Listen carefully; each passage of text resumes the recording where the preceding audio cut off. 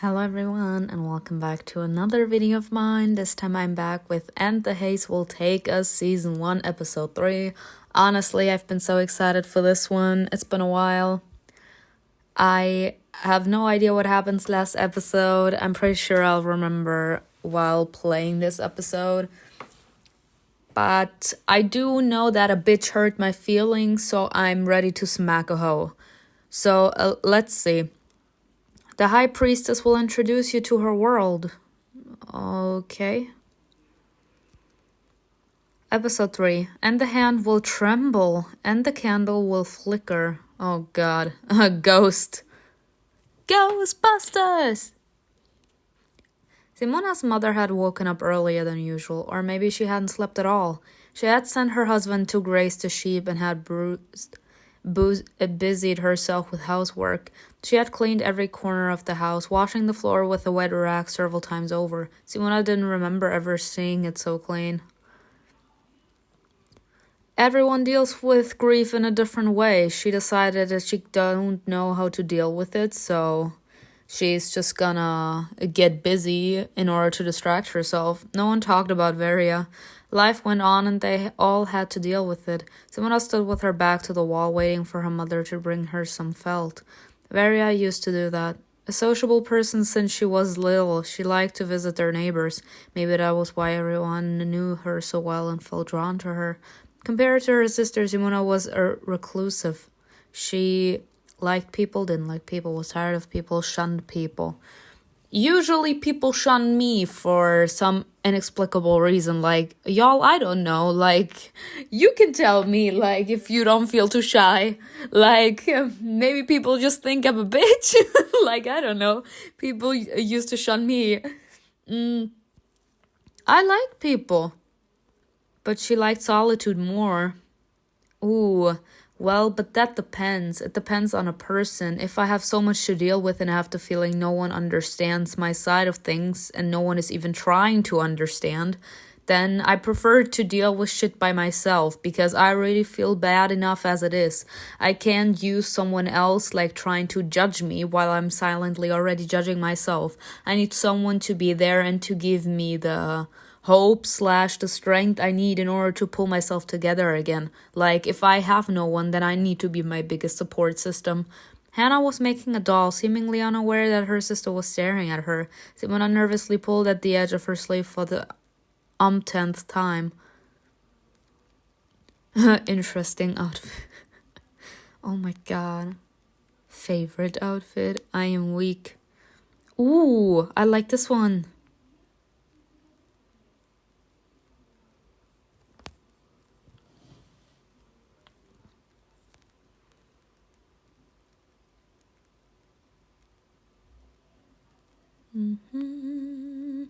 Ooh, stunning me.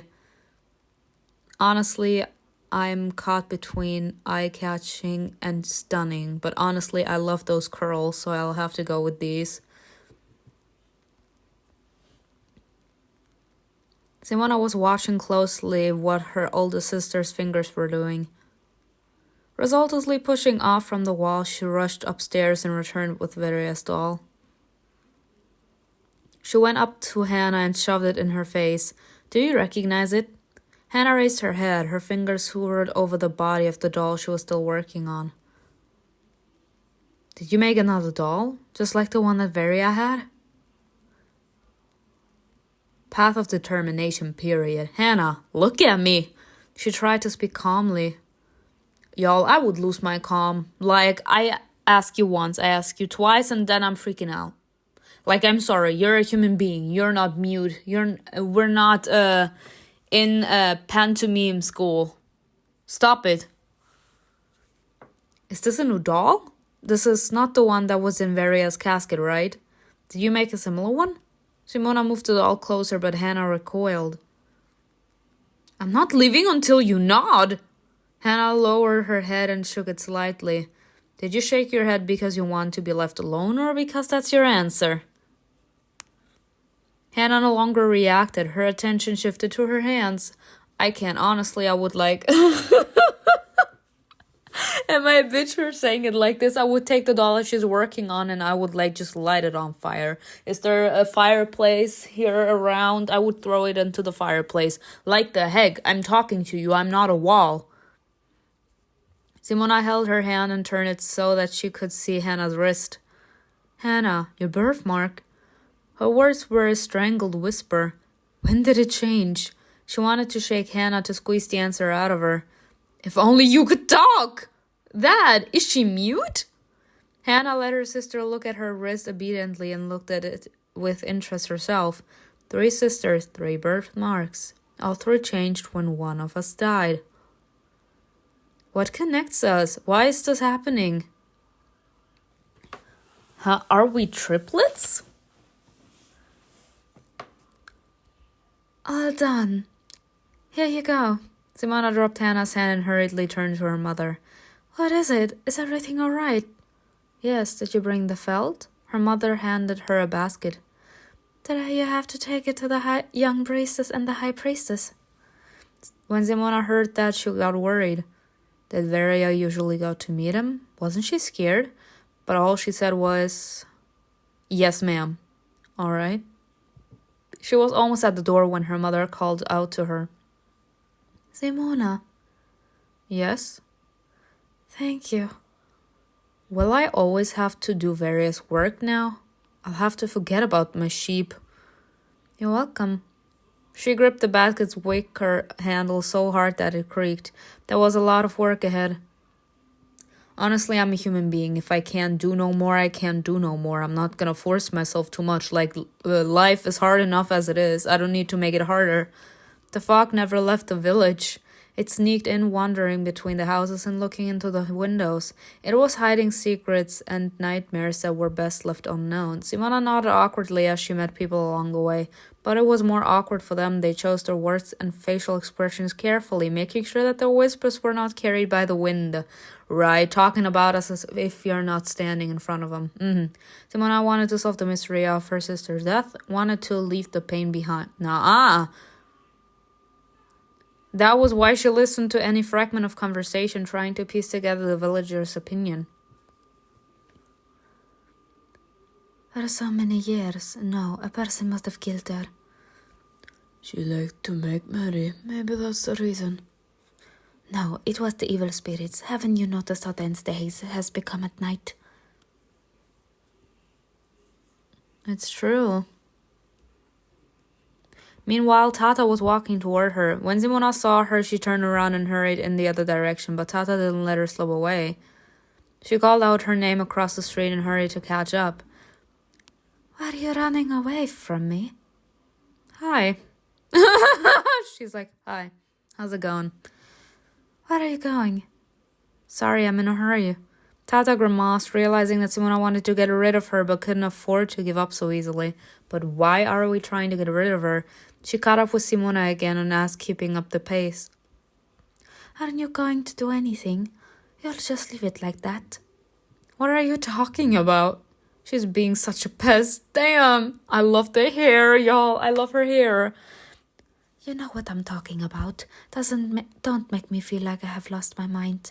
Someone killed her. Or something.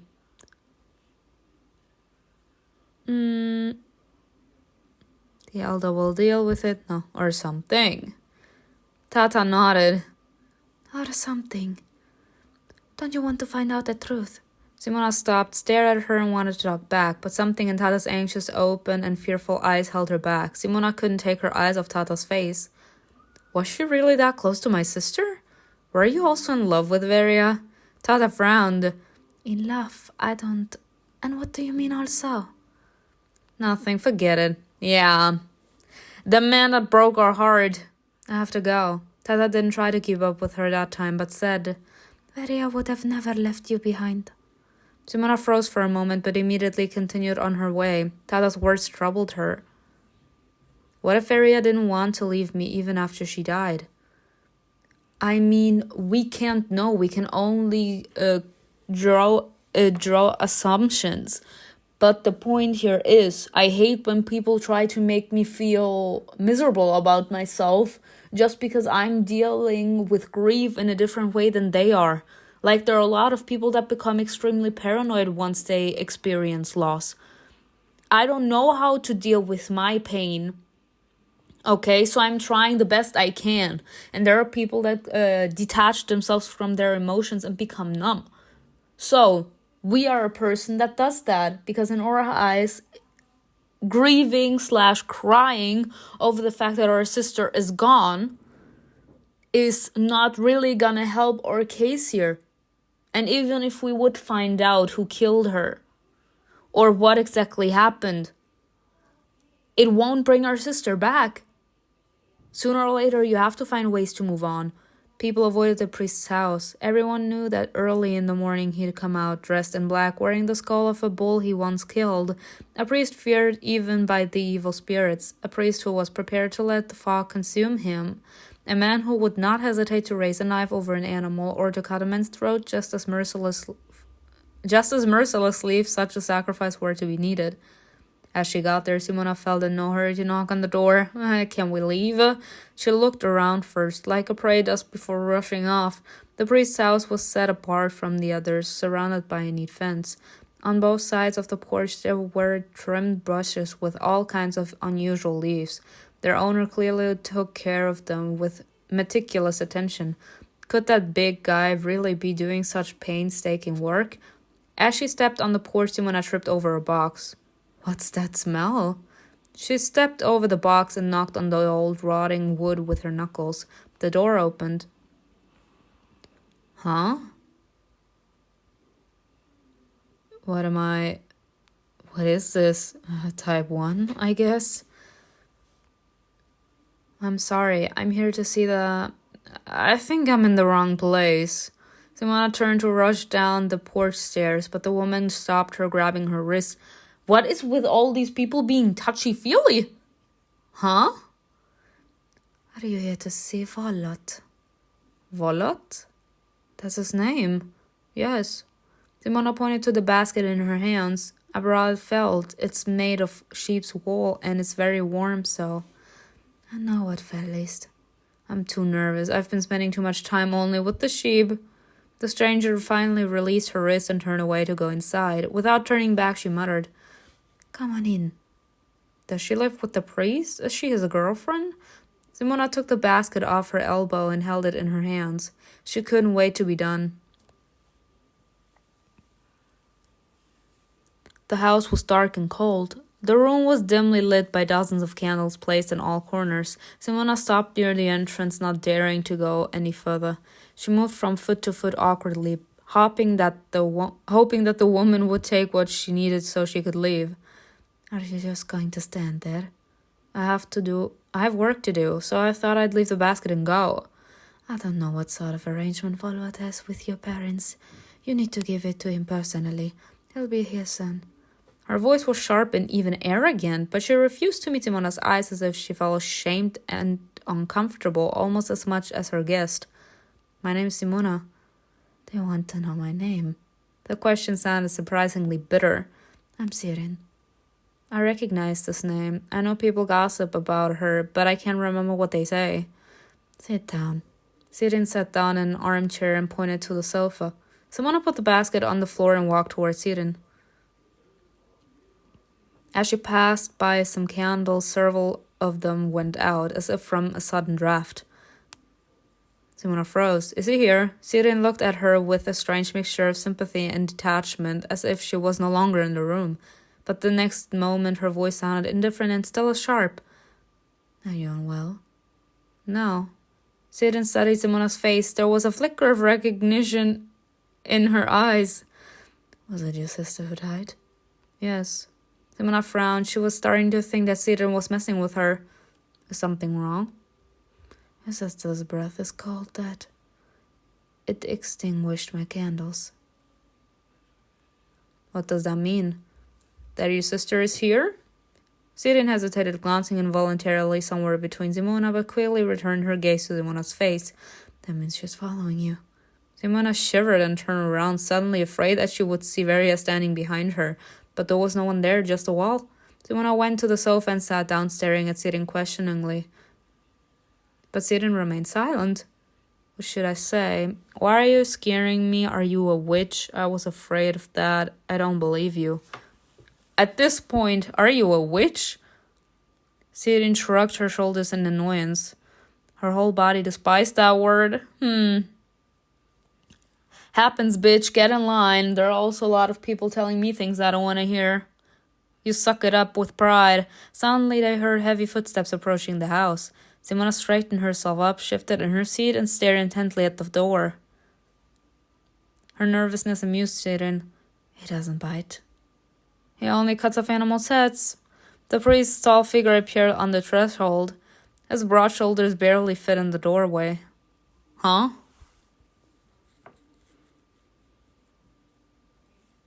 Ah! Is that the priest that helped us in the first episode? What is she doing here? His deep, hoarse, almost feral voice was chilling, but Sirin didn't look scared. She was used to it. Y'all, so Eamon's voice is gonna be his voice too? Or maybe it was not the kind of thing she was scared of? She's petrified. What you mean? The culprit you felt. His huge hand slowly reached for the skull. Simona turned away as if looking at the priest's face was not appropriate and she couldn't be punished for it.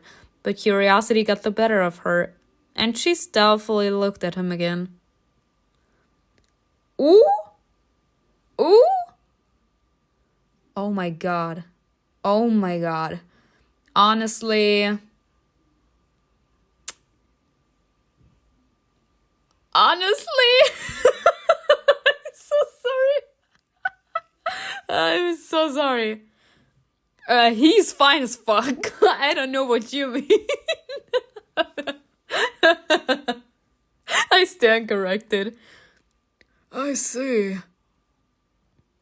Oh my god, what the fuck is wrong with her eyes? My name is Simona. That stupid, unnecessary greeting fell from her lips unconsciously, as if in a daze. It was the first time she had seen the face that had been hidden behind the smooth skull of a long-dead animal for many years. VOLOT. Oh! Whew! He's hot as fire. The priest nodded, casting a questioning but a sharp glance at Sirin. He didn't understand what Simona was doing there and why she was talking to him. Oh, I'm sorry, Your Majesty. You want me to just send you a letter? Everyone avoided his house and was afraid to even introduce themselves, not only to him but also to Sirin. Wait a moment. Volot picked up a bloody sack filled with carcasses of hares and other small animals. He walked past and pushed open the door to another room. Simona caught a glimpse of hundreds of flaming candles. The bag left behind a thin trail of scarlet drops. Poor animals. Does his hand ever tremble when he looks into their eyes, knowing that he will take their lives? I mean, it's either them or you. When it comes to survival, people are willing to do whatever it takes in order to survive. I'll go. Sirin didn't even look at her. She went outside, leaving Simona alone in that airy house. They feel comfortable. They're like, I don't give a damn if you want to snoop around. I don't care. Like, I'm doing my things. Simona meekly put her hands on her knees, not wanting to risk wandering around or even moving. What did I say? However, she allowed herself to sneak a look around. The candles could have gone out because of a draft. After all, I walked past. But what if Aria's here? Simona gasped slowly and jumped to her feet, looking around. It seemed to her that a chill ran down her neck, as if someone had walked past her. Be gone. There are no evil spirits here, and there cannot be. Simona turned around in fright and couldn't contain her surprise when she saw Volot wearing plain clothes. Sorry. Volot handed her a piece of meat wrapped in several layers of cloth. Here you go. Simona took the felt out of the basket and gave it to him in return for the meat. Usually your sister would leave the felt on the doorstep. The meat would also be stored there in the box. Next time, don't come inside. Oh, don't worry. Next time I'm gonna sneak into your bedroom. Alright. We pissed. She felt disappointed. Amen, my good sis. Like, even if you're not interested in someone, hearing someone say the next time you wait outside, it's actually a stab in the heart because it makes you feel unwanted. And especially if you already have a very low self-esteem and you believe that there are very few people in this world that actually want you around, hearing someone else say, you don't need to be here, like, I don't need to be seeing you, it hurts. It seemed to her that there was something about the place that could help her find herself, especially if she got to know Volot. But oh, there are love interests? Nah, I'm here for Volot. No shade to Sirin, my good sis, but Volot is a fine-ass man. After all, he could know something that would reveal the mysteries of the other worlds. Besides, he did save us from the haze. I mean, it did come for her sister, but those on the other side of the fiery river and those on the other side of the fog. If that's all you wanted, you can go now. Simona nodded. Goodbye. She took a step toward him, but tripped over the carpet and fell straight into the priest's arms to the floor. Walk. No. Into his arms. Oops. So before Simona found herself in his strong grip, many desperate thoughts and feelings flashed through her mind. From horror to curiosity, from panic to excitement. For some reason, she immediately realized that he would catch her and that he wouldn't hurt her. He doesn't bite. Did she assume? I'm sorry, does she think he's an animal? I mean, he could be an animal in sheet, but that don't mean he's an animal like in real person. What did she think? A moment passed, but another began. Seconds froze and turned into minutes. Simona half lay in Volot's arms, staring at him with big frightened eyes. And he just annoyed by it. Neither of them moved. Simona used to watch him from afar. She would stare at his lonely figure passing by, whispering people, not paying attention to them. She would see him walk into the fog, just as calmly and without hesitation as when he caught her. He walks into the fog? He walks into the haze, bitches? Yet I can't? She'd never imagined that she would get to know him, that she would be in his house, see his face and feel his hands on her waist. In so many years, few people dared to get so close to the priest. Gods, no. Oh, yes. Simona pushed away from the priest's chest and straightened up, taking a few steps back. Volot didn't immediately drop his arms. He's like, what the fuck just happened? He looked at his finger. Y'all, I can't. Volot too. He looked at his fingers as if he was still thinking about what had happened and only then looked back up at Simona. Y'all, how come I can read both of these fine men?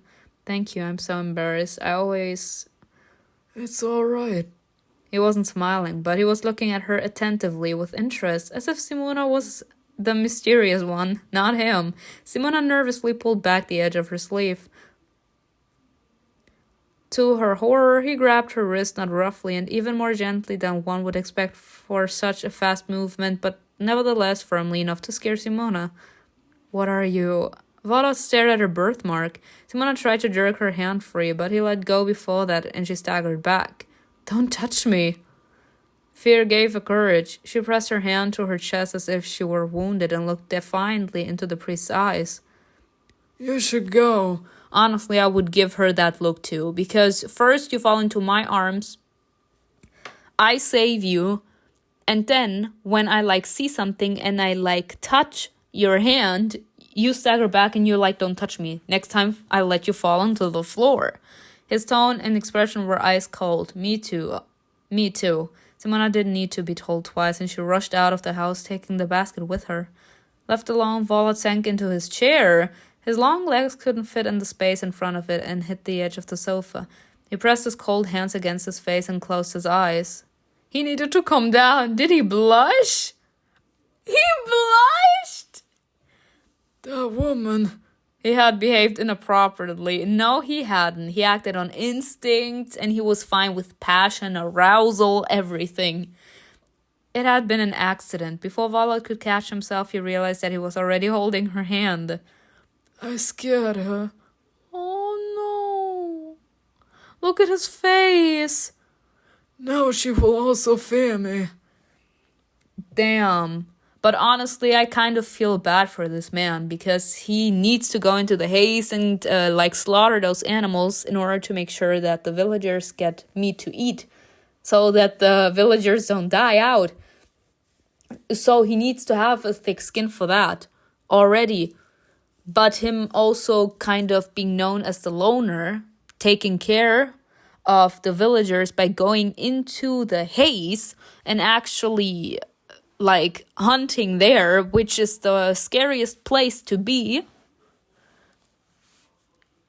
It's actually giving him kind of a scary reputation. So people are kind of intimidated by him. But since they know what he's capable of, because he is hunting those animals, people are scared of him if he reacts too impulsively. Remembering the mark on her hand, the priest gritted in teeth. And for good reason. Damn it. What the hell? Let me in on the plan.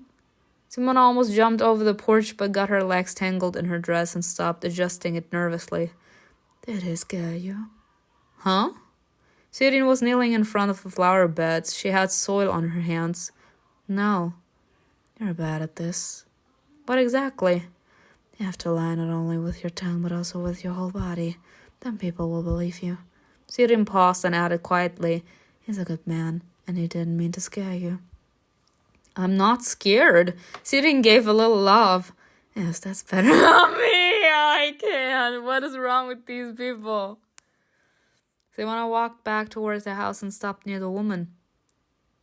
Ask about the extinguished candles. Yes.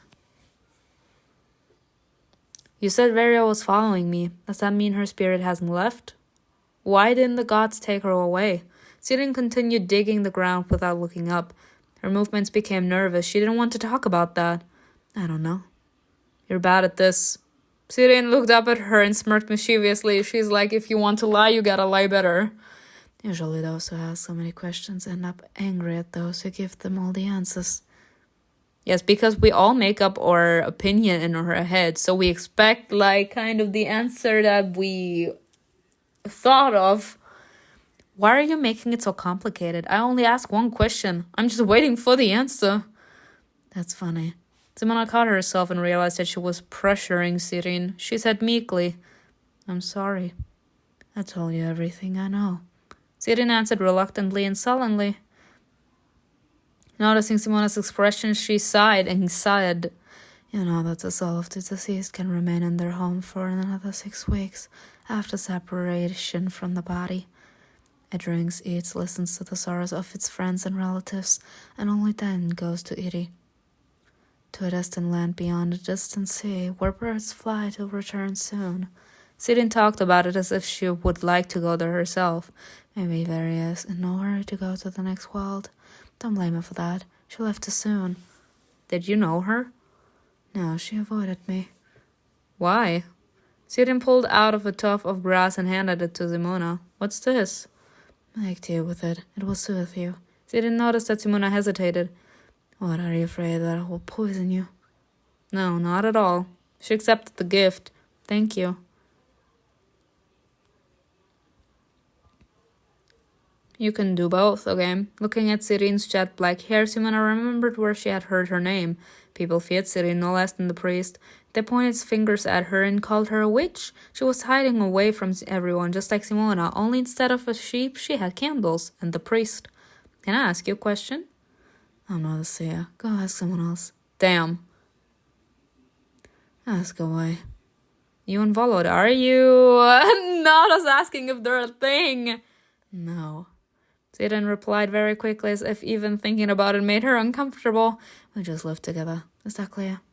Do you always ask these many questions? Actually, no. What's gotten into me? I'm feeling so lonely without Varia. Oh, my poor bitch. I've heard about you. Sirin pushed a plant into the ground with such force that it tilted. I was wondering when you'd figure out who you're talking to. I don't care. You're not as scary as they say you are. Sirin's lips curled up and she stared at Simona so hard that she had to physically restrain herself from recoiling. Maybe they're right. Maybe everything you've heard about us is true. I don't care. Siren shook her head, returning her attention to the flower herb. I suggest you get back to your shepherd's duties and stop trying to make friends with us. How do you know what I've been doing? I've seen you a couple of times. I have to go. Siren nodded without looking up from the plan. Simona adjusted the basket and went to meet the high priestess. She walked as fast as she could. For some reason, she was ashamed. She had asked so many questions. Or worse yet, she had ended up in the priest's arms. Oh no, that's the best thing that happened there. What had possessed her to knock on that door? Varian never mentioned that she knew the priest. So she didn't enter the house. I should have guessed that damn box was meant for me. Simona replayed that meeting in her head, trying to find some other reason that made her heart feel heavy. Volot's expression changed when he saw my birthmark. He almost seemed angry. Deep in thought, she squeezed that sleeve that was hiding that ill-fated circle. What does he know? Is this really a curse? Will he tell the high priestess about it? Then what? Will I be banished from the village? This woman is actually filling her head with so much fears that she's gonna end up dying because of it. Simona frowned and shook her head, disagreeing with her thoughts. There's no point worrying about this now. It's time to stop being a loner and try to make friends. If they find out that something's wrong with me, it will be easier for them to point a finger at me and call me a witch if I'm weird and unsociable. In my eyes, it's fucked up because I shouldn't have to try too hard in order to make friends. To get out of my comfort zone? Yes, I agree. I mean, we see YouTube. But in my eyes, I shouldn't have to try so hard. I shouldn't have to change myself in order to find someone that appreciates me. And besides, when it comes heart to heart, everyone will always protect themselves first. That's the sadness of humanity. Besides, I need to find out what my birthmark really means and as soon as possible before VOLOT cuts my head off. Why do you think you would cut your head off? With that thought in mind, she reached the house of the high priestess. Inside the priestess' abode, the sound of the outside world died away with one sharp bang as the door closed. It smelled of forest herbs and pine needles, but the scent was overwhelming, almost sickly. On an altar decorated with carved symbols lay offerings, fresh honey berries, and pieces of rye bread. Amulets hung over it, swaying in a draught of air. The priestess was sitting in an armchair, puddled up in a woolen shawl. She stared at the candle flame, looking for flashes of the future in its flickering. Her blind eye blazed like a mirror reflecting the light of the fire. Without taking her eyes off the candle, the priestess said, "Come in, my dear, sit down." Simona put the basket on the floor at her feet and sat down opposite her. "I brought you felt." The priestess put down the candle, blinked several times as if returning to the real world, and smiled. "There is no rush. Would you like some tea?" Without waiting for an answer, she filled a mug with a light green liquid. "Thank you." She wants to talk. This is my chance to find out as much as I can. "Have you met VOLOT yet?" "Very avoided him. She said he scared her." "Did you know my sister well?" "Of course. We always had tea together when she came over. Veria was a very outgoing girl." "It's now or never." Simona took a small sip and, clearing her throat, asked quietly, as if she was afraid that someone might overhear them. "Do you think the haze had something to do with her death?" The priestess smiled, not surprised by the question. "The haze is indeed a danger to us. People rightly fear it. You, the younger generation, hardly remember the evil spirits that live there. But those who met them will never forget the faces of the damned." "Are you talking about Koshes?" The priestess nodded. She licked her fingers and touched the wick. The candle went out, taking with it the overpowering smell of pine needles. "No one knows when and why the Koshes come out of the haze. The last time they did so was 18 years ago, on the night of your and Veria's birthday. That night, the Kyoshi took a lot of people with them into the haze." "My father told me about it." "The villagers are afraid of us, but they know that the priests are the ones who will protect the village in case of danger." The priest covered Simona's hand with her old warm palm. Simona wanted to hold her hand or remove her hand. We won't ignore Veria's death. We'll figure out what happened. I promise you. The door opened and two young women entered. Simona knew them a little, but they had never tried to get to know each other properly. High Priestess. High Priestess? The woman greeted her at the same time, accompanying the words with the same gestures. They also laughed and fell silent at the same time. Hello, my dears. Are you here to see my grandson? Yes. Can we speak to Oza? I remember. The creep. We don't want them to tell us our fortunes. I'll ask him. The priestess disappeared behind the curtain separating the room. The young women giggled but stopped when they met Simona's eyes. Hello. Hello. Simona raised her hand listlessly in greeting and smiled just as sincerely as they did. The young women immediately forgot she was there and turning to each other began to whisper. I agree that you won't pretend that I'm not here like you did last time. I want to talk to him too. Oza will decide for himself whose attention pleases him the most. Wow. Layla, stop it. It's not fair. If you don't like coming here with me, why didn't you come by yourself? Wow. You're so shy in front of him that you can't speak a word. If it wasn't for me, Oza would have gotten bored with you long ago and stopped receiving us. Wow. That's a awful friend. Simona couldn't help but grin. That's ridiculous. They're chasing him. What's so funny? You're funny. Nothing. Simona turned away from them. The last thing I need to argue with them and cause trouble when I'm already on the verge of being called cursed. Honestly, I would say I'm too old for the shit, so the curtains parted and the priestess returned to the room accompanied by her grandson. Oza put his hands on the door jab above his head and playfully leaning forward smiled broadly. Oh my god, we didn't mean to bother you. Layla began to fidget, pressing her hands to her chest to accentuate her bust, aching her back and constantly fixing her hair. Zara stood there transfixed, not even daring to raise her eyes to look at Oza. Only tell us a fortune. For the last time. Oza was about to say something, but noticed that they weren't alone. Simona met his eyes. No, thank you. Oza leaned even closer and said in a velvety voice, almost purring.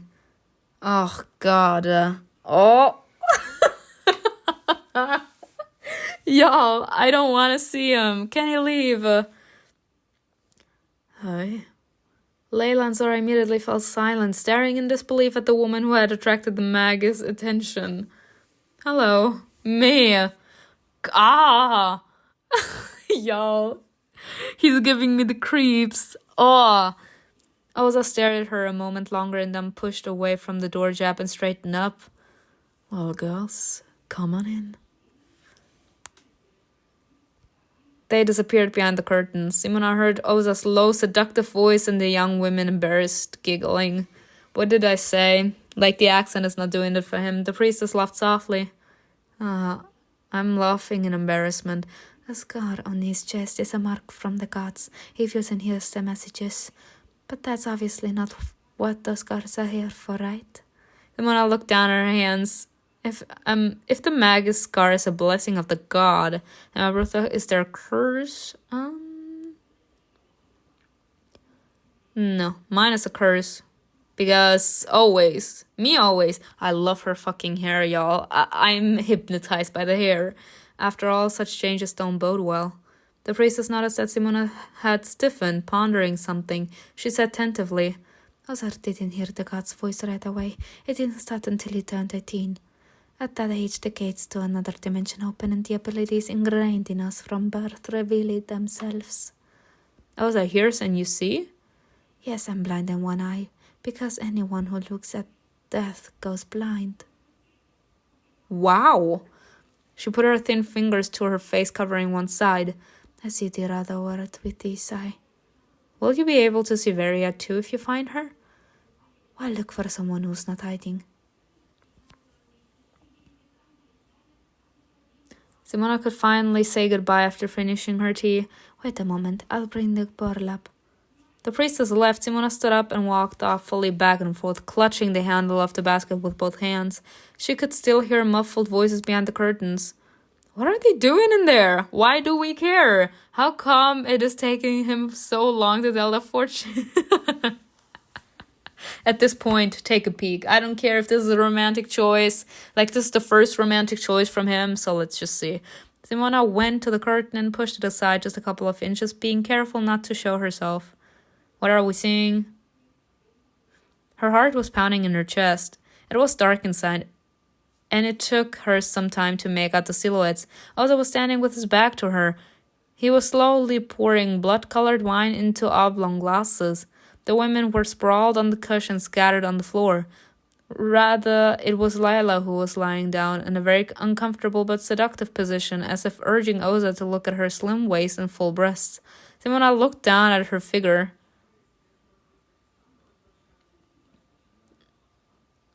Zora was sitting with her legs tucked beneath her. She was trying hard to keep her back straight, but kept hutching with embarrassment. What will you ask in return for fortune telling this time? Oza turned to her with a sly grin. I'm starting to feel like my punishment is your ultimate goal. Of course. Maybe it's time to rethink our agreement. Leda straightened up. But Magus, those red eyes are so hard to resist.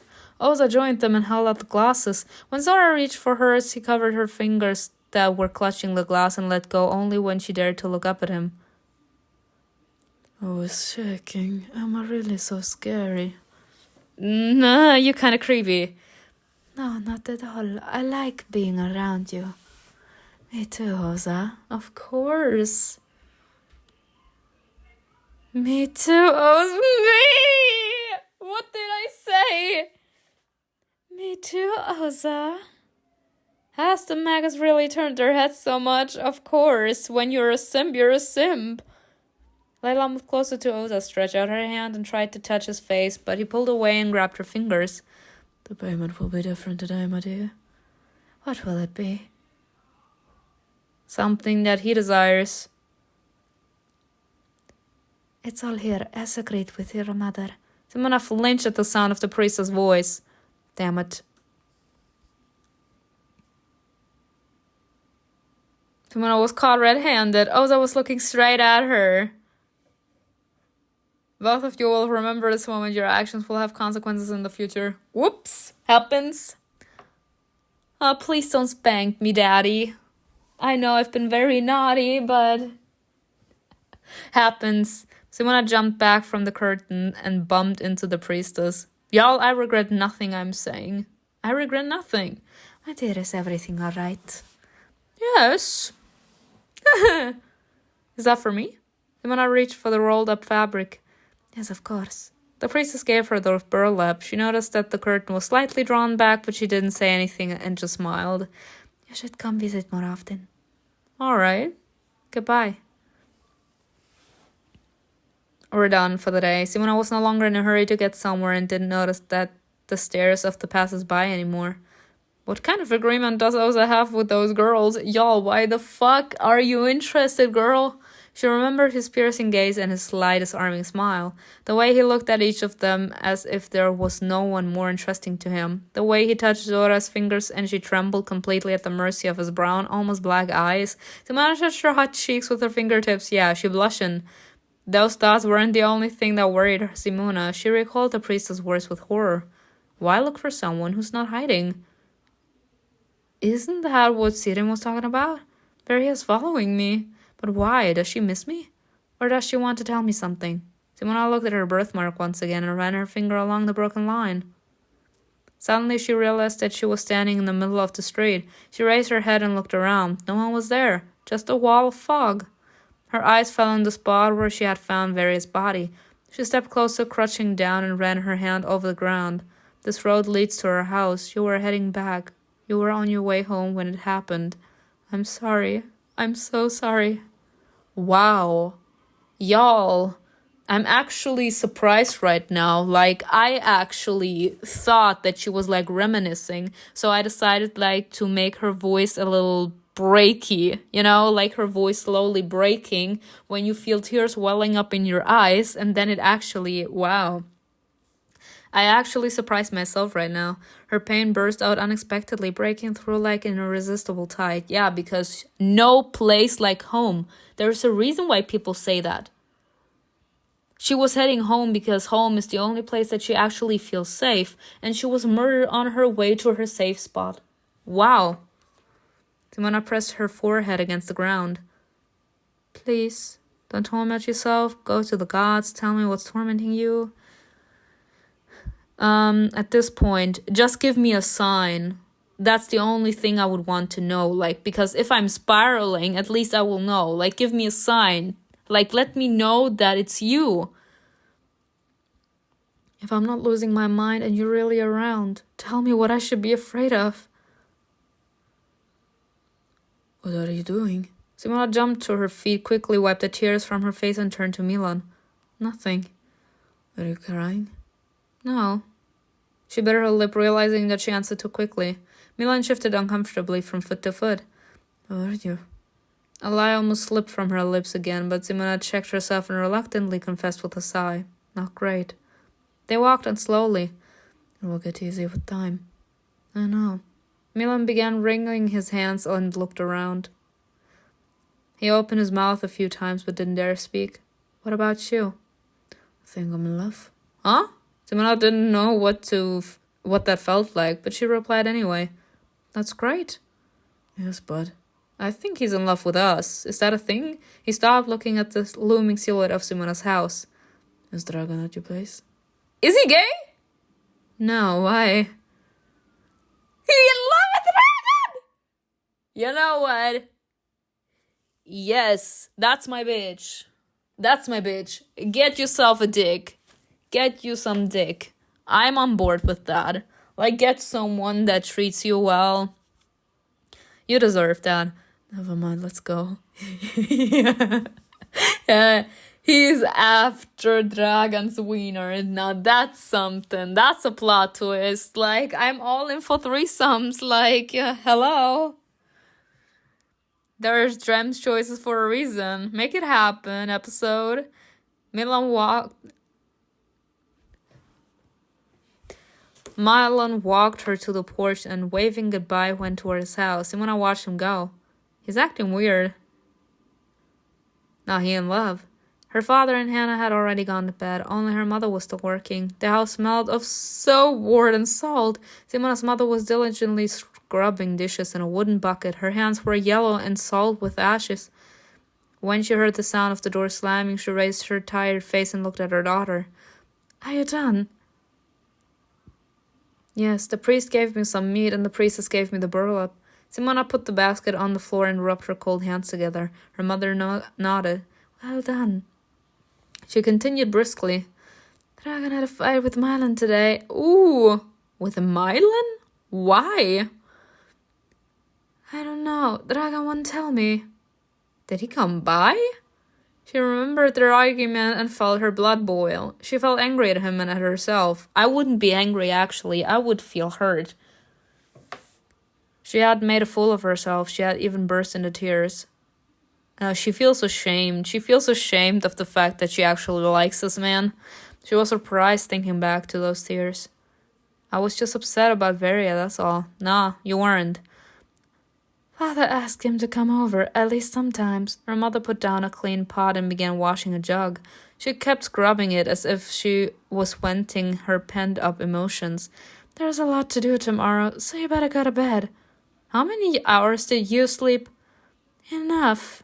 When she raised her hand to put down a dish and take a new one, her fingers trembled as if she was using up her last strength. It doesn't look like it to me. Simona approached her mother and gently took the plate from her hands. She put it aside. I miss her too, Mom. Her mother burst into tears, covering her face with her hands. Simona was still standing above her. Her mother suddenly seemed very small to her, powerless before the cruelty of the world. Simona put her arms around her head and pressed her against her hip. Sienna appeared from around the corner. It looked like she had just helped Hannah to bed. Seeing them at that private moment, she recoiled too quickly, hit the wall with her back, and almost slumped to the floor.